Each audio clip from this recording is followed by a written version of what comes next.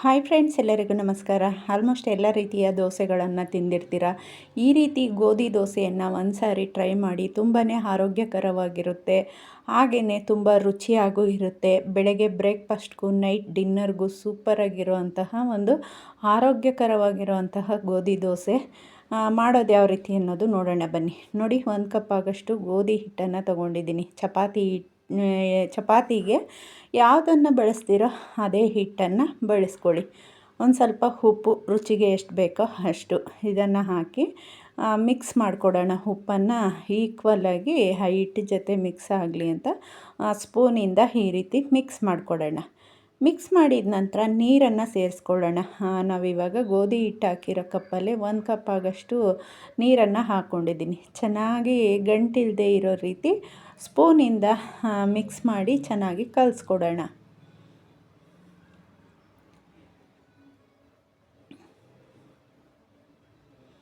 ನೋಡಿ, ಈ ರೀತಿ ಬರುತ್ತೆ. ಸ್ವಲ್ಪ ಚಪಾತಿ ಹಿಟ್ಟಕ್ಕಿಂತ ತೆಳ್ಳಗೆ. ಈ ಟೈಮಲ್ಲಿ ಇನ್ನೂ ಒಂದು ಅರ್ಧ ಕಪ್ ನೀರು ಹಾಕ್ಕೊಂಡು ಸೇಮ್ ನಾವು ದೋಸೆ ಹಿಟ್ಟು ಕನ್ಸಿಸ್ಟೆನ್ಸಿ ಬರುತ್ತಲ್ವ, ಆ ರೀತಿ ಅಷ್ಟೇ.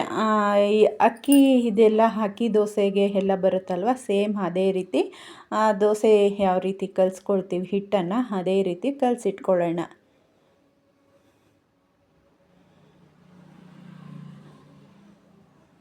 ಸ್ವಲ್ಪನೂ ಗಂಟಿರಬಾರ್ದು.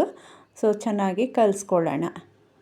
ನೋಡಿ, ಈ ಹದದಲ್ಲಿ ಕಲಿಸ್ಕೊಂಡಿದ ನಂತರ ನಿಮಗೆ ಟೈಮ್ ಇದ್ದರೆ 5 ನಿಮಿಷ ಬಿಡ್ಬೋದು, ಇಲ್ಲ ಹಾಗೆ ಡೈರೆಕ್ಟಾಗೆ ಹಾಕ್ಕೊಳ್ಬೋದು. ಈ ದೋಸೆ ಜೊತೆ ಚಟ್ನಿ ಚೆನ್ನಾಗಿರುತ್ತೆ, ಟೊಮೆಟೊ ಗೊಜ್ಜು, ಯಾವುದ್ರ ಜೊತೆ ಸಾಂಬಾರು ಜೊತೆನೂ ಕೂಡ ತಿನ್ಬೋದು. ನೋಡಿ, ಈಗ ಹೆಂಚನ್ನು ಹೈ ಫ್ಲೇಮಲ್ಲಿ ಕಾಯಿಸ್ಕೊಂಡು ಸ್ವಲ್ಪ ನೀರು ಹಾಕಿ ನೀರನ್ನು ಚೆನ್ನಾಗಿ ಸ್ಪ್ರೆಡ್ ಮಾಡಿಕೊಂಡು ಹಾಗೆಯೇ ಸ್ವಲ್ಪ ಎಣ್ಣೆ ಮತ್ತು ಒಂದು ಬಟ್ಟೆಯಿಂದ ಚೆನ್ನಾಗಿ ಒರೆಸ್ಕೊಂಡು ಮತ್ತೆ ಇನ್ನು ಸ್ವಲ್ಪ ನೀರು ಹಾಕಿ ಎಣ್ಣೆ ಹಾಕಿ ಮಾಡಿಕೊಂಡ್ರೆ, ಈ ಪ್ರೋಸೆಸ್ಸಲ್ಲಿ ಹಾಕ್ಕೊಂಡ್ರೆ ದೋಸೆ ಚೆನ್ನಾಗಿ ಬರುತ್ತೆ, ಕಿತ್ತೋಗೋದಿಲ್ಲ.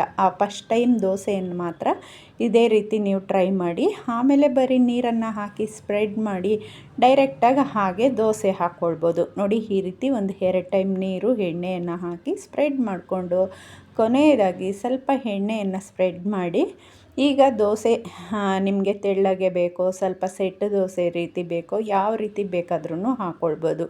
ತುಂಬ ಚೆನ್ನಾಗಿ ಬರುತ್ತೆ, ತುಂಬಾ ಆರೋಗ್ಯಕರವಾಗಿರುತ್ತೆ. ಡಯಟ್ ಮಾಡೋರಿಗೆ ಮತ್ತು ಶುಗರ್ ಪೇಷಂಟ್ ಇರೋರಿಗೆ, BP ಇರೋರಿಗೆ ಎಲ್ಲರಿಗೂ ಇದು ಒಂದು ಹೇಳಿ ಮಾಡಿಸಿರುವಂತಹ ರೆಸಿಪಿ. ಕೆಂಪು ಚಟ್ನಿ ಜೊತೆ ತಿನ್ನೋದಕ್ಕೂ ಚೆನ್ನಾಗಿರುತ್ತೆ, ಹಾಗೆಯೇ ಕಡಲೆಪಪ್ಪು ಚಟ್ನಿ ಯಾವುದ್ರಲ್ಲಿ ಬೇಕಾದರೂ ನೀವು ತಿನ್ಬೋದು. ಆ ದೋಸೆ ಹಾಕಿದ ನಂತರ ಸ್ಟವನ್ನು ಹೈ ಫ್ಲೇಮಲ್ಲಿ ಇಟ್ಕೊಂಡು ದೋಸೆಯನ್ನು ಬೇಯಿಸ್ಕೊಳ್ಳೋಣ. ನೋಡಿ, ಈ ಟೈಮಲ್ಲಿ ಸ್ವಲ್ಪ ಎಣ್ಣೆ, ನಿಮ್ಗೆ ಇಷ್ಟ ಇದ್ದರೆ ಎಣ್ಣೆಯನ್ನು ಹಾಕ್ಕೊಳ್ಳಿ, ಇಲ್ಲಾಂದರೆ ಎಣ್ಣೆಯನ್ನು ಸ್ಕಿಪ್ ಮಾಡ್ಕೋಬೋದು. ಆಲ್ರೆಡಿ ನಾವು ತವಾಕು ಸ್ವಲ್ಪ ಸ್ಪ್ರೆಡ್ ಮಾಡಿದ್ದೀವಿ, ಹಾಕ್ಕೊಳ್ಬೋದು ನೀವು. ಈಗ ಈ ರೀತಿ ಬೆಂದಿದ ನಂತರ ಮತ್ತೆ ಇನ್ನೊಂದು ಕಡೆ ಟರ್ನ್ ಮಾಡ್ಕೊಳ್ಳೋಣ. ಅದು ಕರೆಕ್ಟಾಗಿ ಮಾಯ್ಶ್ಚರೈಸ್ ಏನಿರುತ್ತೆ ಅದೆಲ್ಲ ಕಮ್ಮಿ ಆಗುತ್ತೆ, ಬೆಂದಿರುತ್ತೆ. ನೋಡಿ, ಈ ರೀತಿ ಬೇಯಿಸ್ಬೇಕಾದ್ರೆ ನೀವು ಹೈ ಫ್ಲೇಮಲ್ಲೇ ಬೇಯಿಸ್ಕೊಳ್ಳಿ. ಈ ಟೈಮಲ್ಲಿ ಸ್ವಲ್ಪ ತುಪ್ಪವನ್ನು ಹಾಕ್ಕೊಳ್ಳಿ. ಗೋಧಿ ದೋಸೆಗೆ ಆರೋಗ್ಯವಾಗಿರುತ್ತೆ ಮತ್ತು ತುಪ್ಪ ಹಾಕಿದ್ರೂ ಸಹ ಚೆನ್ನಾಗಿರುತ್ತೆ. ಈ ರೀತಿ ತುಪ್ಪ ಹಾಕಿ ಬೇಯಿಸಿ ರೋಲ್ ಮಾಡಿಕೊಟ್ಬಿಟ್ರೆ ಮಕ್ಕಳು ಓಡಾಡ್ಕೊಂಡು ತಿಂತಾರೆ, ತುಂಬ ಆರೋಗ್ಯವಾಗಿರುತ್ತೆ. ಮಕ್ಕಳಿಗೆ ಹೇಳಿ ಮಾಡಿಸಿರೋಂಥ ರೆಸಿಪಿ. ನೋಡಿ, 2 ಕಡೆಯೂ ತುಪ್ಪ ಹಾಕಿದ ನಂತರನೂ 2 ಕಡೆ ರೊಟ್ಟಿಯನ್ನು ಬೇಯಿಸ್ಕೊಳ್ಳೋಣ, ಸರಿ ದೋಸೆಯನ್ನು. ನೋಡಿ, ಎಷ್ಟು ಚೆನ್ನಾಗಿ ಬಂತು, ಎಷ್ಟು ಸಾಫ್ಟಾಗಿ ಅಷ್ಟು ಮೃದುವಾಗಿರುತ್ತೆ, ಮತ್ತು ನೀವು ತಿನ್ನಬೇಕಂದ್ರೆ ಏನು ಗಟ್ಟಿ ಅನಿಸೋದಿಲ್ಲ, ತುಂಬ ಚೆನ್ನಾಗಿರುತ್ತೆ. ನೋಡಿ, 2 ಕಡೆಯೂ ಕರೆಕ್ಟಾಗಿ ಈ ರೀತಿ ಒಂಬಣ್ಣ ಬರೋವರೆಗೂ ಬೇಯಿಸ್ಕೊಳ್ಳೋಣ. ಮತ್ತು ನೆಕ್ಸ್ಟು ಇನ್ನೂ ಒಂದು ದೋಸೆ ಅದೇ ರೀತಿ ಹಾಕ್ಕೊಳ್ಳೋಣ. ನೋಡಿ, ಎಷ್ಟು ಚೆನ್ನಾಗಿ ಬಂದಿದೆ, ಸೇಮ್ ಅದೇ ಪ್ರೊಸೆಸ್ಸಲ್ಲೇ. ನೋಡಿ, ಈಗ ಸ್ವಲ್ಪ ನೀರು ಹಾಕಿ ಸ್ಪ್ರೆಡ್ ಮಾಡಿಕೊಂಡ್ರೆ ಸಾಕು, ಹಾಗೆ ಡೈರೆಕ್ಟಾಗೆ ದೋಸೆ ಹಾಕ್ಬೋದು.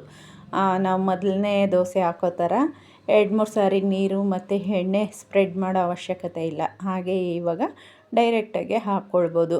ಇದನ್ನು ಸಹ ಸೇಮ್ ಪ್ರೋಸೆಸ್ಸಲ್ಲೇ ಬೇಯಿಸ್ಕೊಳ್ಳಿ. 2 ಕಡೆ ಬೇಯಿಸ್ಕೊಂಡು ತುಪ್ಪ ಅಥವಾ ಎಣ್ಣೆ ನಿಮಗೆ ಏನು ಬೇಕಾದರೂ ಹಾಕ್ಕೊಳ್ಬೋದು. ಎಲ್ಲದ್ರ ಜೊತೆ ಸೂಪರ್ ಕಾಂಬಿನೇಷನ್, ಸಾಂಬಾರು ಜೊತೆ, ಚಟ್ನಿ ಜೊತೆ, ಈವನ್ ಏನೂ ಇಲ್ಲ ಅಂದರೆ ಬರೀ ಉಪ್ಪಿನಕಾಯಿ ಜೊತೆ ಹಾಕ್ಕೊಂಡು ತಿಂದ್ರೂ ಸಹ ಅಷ್ಟು ಚೆನ್ನಾಗಿರುತ್ತೆ ರೊಟ್ಟಿ.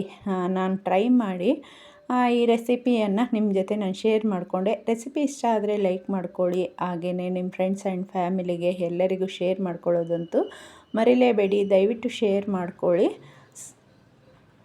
ನೋಡಿ ಎಷ್ಟು ನಿಮಗೆ ಸಾಫ್ಟಾಗಿ ಬೇಕಾದರೂ ಹಾಕ್ಕೊಳ್ಬೋದು, ಹಾಗೆಯೇ ಸ್ವಲ್ಪ ಗರಿಗರಿಯಾಗಿ ಬೇಕಾದರೂ ಹಾಕ್ಕೊಳ್ಬೋದು. ನಾನು 3 ರೀತಿ ದೋಸೆನೂ ಹಾಕಿ ತೋರಿಸಿದ್ದೀನಿ ನಿಮಗೆ. ಸ್ವಲ್ಪ ಸ್ವಲ್ಪ ಗರಿಗರಿಯಾಗಿ, ಇದು ಲಾಸ್ಟು ತುಂಬಾ ರೋಸ್ಟ್ ಆಗಿರೋ ಥರ ಹಾಕ್ಕೊಂಡಿದ್ದೀನಿ. ರೆಸಿಪಿ ಇಷ್ಟ ಆಗಿದೆ ಅಂದ್ಕೊಳ್ತೀನಿ. ಮತ್ತು ಈ ರೀತಿ ಈಸಿ ರೆಸಿಪಿಗಳಿಗಾಗಿ ಮಾಡ್ತೀನಿ. ನಮಸ್ಕಾರ.